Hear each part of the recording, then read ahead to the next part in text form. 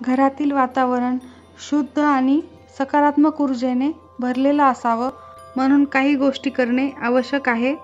या अगदी साध्या आणि सोप्या गोष्टी आहेत. यासाठी कोणताही खर्च वाढणार नाही. अगदी घरातच असलेल्या वस्तूंपासून सकारात्मक ऊर्जेसाठी काय उपाय करायचे आहेत ते आपण बघूयात. चला आता आपण व्हिडिओला सुरुवात करूयात. नमस्कार, मी मोनिका. तुमचे खूप खूप स्वागत आहे. तर घरामध्ये सकारात्मक ऊर्जेसाठी महत्त्वाचं म्हणजे कापूर.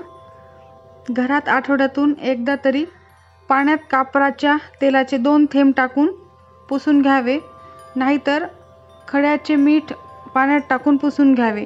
यामुळे घरामध्ये सकारात्मक एनर्जीचा प्रभाव निर्माण होतो. त्यानंतर कापराचाच एक विशेष उपाय म्हणजे भीमसेनी कापूर घरात जाळावा. यामुळे घरामध्ये खूप पॉझिटिव्ह एनर्जी निर्माण होते. तर तुम्ही हे नक्की करत जा. सकाळी जेव्हा तुम्ही दिवा लावता आणि संध्याकाळी, तेव्हा दोन्ही वेळेस घरामध्ये भीमसेनी कापूर जाळावा. घरात कापूर जाळल्याने घरातील वातावरण प्रसन्न राहते. भीमसेनी कापुराच्या जाळाच्या वासाने घरातील झुरळे आणि इतर कीटक प्रभावीपणे कमी होतात. तसेच भीमसेनी कापराच्या वड्या धान्यामध्ये ठेवल्याने कीड लागणे व इतर कीटकांपासून मुक्तता मिळते. तसेच अरोमा थेरपीसाठी भीमसेनी कापूर, लव्हेंडर, तुळस याचा वापर करू शकता. गोड पदार्थाभोवती कापूर वापरल्याने मुंग्या येत नाहीत. असेच कापराचे भरपूर सारे उपाय आहेत व त्यांनी सकारात्मक ऊर्जा देखील तयार होते. त्यामुळे तुम्ही नक्की घरामध्ये कापूर जाळावा. प्रथम घरातील अडगळ दूर करावी.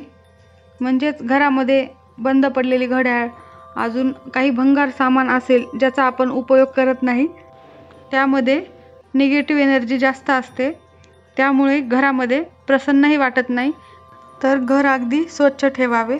घराच्या प्रवेशद्वारावर कोणतेही स्टिकर, चित्र चिटकवू नये.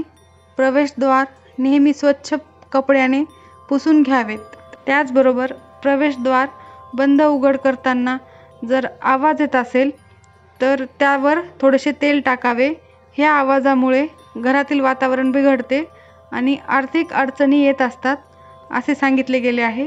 पती पत्नीमध्ये वाद होत असतील तर बेडरूममध्ये मेरिडियन डकचे शिल्प लावावे. यामुळे पती पत्नीमधील वाद कमी होऊन घरामध्ये प्रेम सलोखा वाढतो. यानंतरचे महत्त्वाचे म्हणजे प्रामुख्याने घरातील सकाळची पूजा घरातील पुरुषांनी करावी आणि संध्याकाळची पूजा स्त्रियांनी करावी. संध्याकाळच्या वेळी घरात लक्ष्मीचे आगमन असते, तेव्हा तिचे हळदी कुंकू लावून स्वागत करायला स्त्री हवीच ना. घरात कधीही नकारात्मक बोलू नये. आपली कर्ज, आजारपण याची सतत बोलणी करू नये. इतराची निंदा नालस्ती करू नये, कारण वास्तू नेहमी तथास्तु म्हणत असते. कुलदैवतेची नित्यपूजा आणि नामस्मरण केल्यास सर्व अरिष्ट निवारण होतात. त्यामुळे घरामध्ये कुलदैवतेची नित्यपूजा आणि नामस्मरण अवश्य करावे. त्याचबरोबर कोणतेही शुभ काम करताना कुलदैवतेला स्मरण करून नंतर सुरुवात करावी. माहिती आवडली असेल तर लाईक, शेअर आणि सबस्क्राईब करा. धन्यवाद.